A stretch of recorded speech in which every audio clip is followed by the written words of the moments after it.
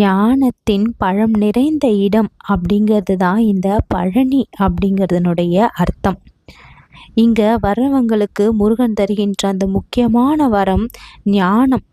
அது வெறும் கல்வி ஞானம் மட்டும் கிடையாது, வாழ்க்கையை புரிந்து வாழக்கூடிய அந்த ஆழ்ந்த அறிவு.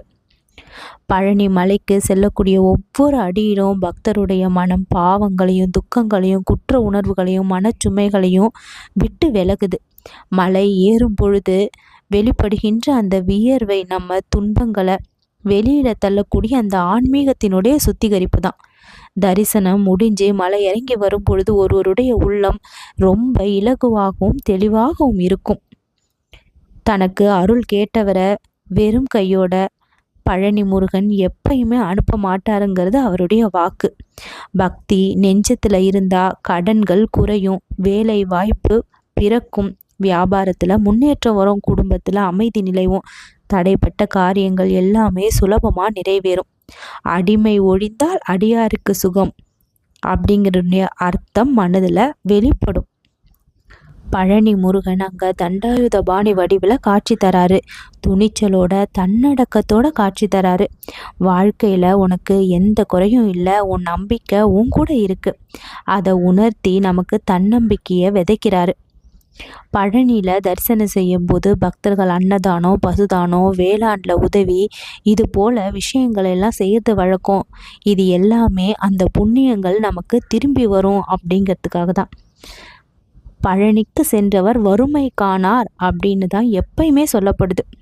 செல்வ செழிப்போட வாழ்க்கையை வாழக்கூடிய பாக்கியம் பழனிக்கு சென்று வந்தால் நிச்சயமாக கிடைக்கும். எப்பேற்பட்ட வறுமையிலையும் கடன் பிரச்சனையிலையும் சிக்கி தத்தளிச்சிட்டு கொண்டிருக்கவங்க ஒரு முறை பழனிக்கு பக்தியோட முருகனுடைய நினைவோட சென்று திரும்பி பாருங்க. உங்கள் வாழ்க்கையில் ஏற்படக்கூடிய திருப்பங்கிறது ஏராளமானதாக இருக்கும்.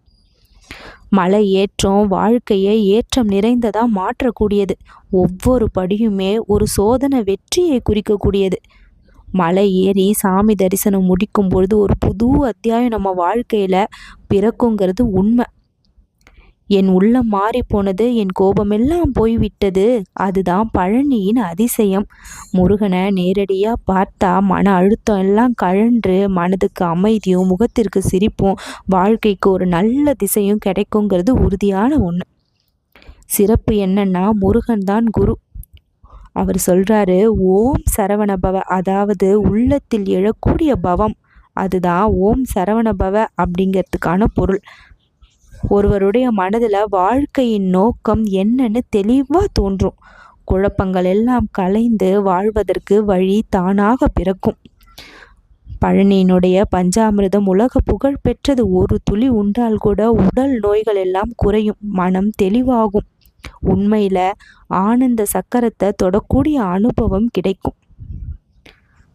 பழனி தரிசனம் முடிஞ்சதுக்கு அப்புறம் ஒரு சில நாட்களிலேயே எதிர்பாராத நல்ல செய்தி தேடி வரும். நம்பிக்கை இழந்த இடத்துல வாய்ப்பு பிறக்கும். விரோதிகள் எல்லாம் நம்ம தாண்டி செல்வாங்க. நம்மை நேசிக்கும் மனிதர்கள் மீண்டும் நம்மிடம் திரும்பி வருவார்கள். இது போல முருகனுடைய அருள் பல வழிகளில் வெளிப்பட்டே ஆகும்.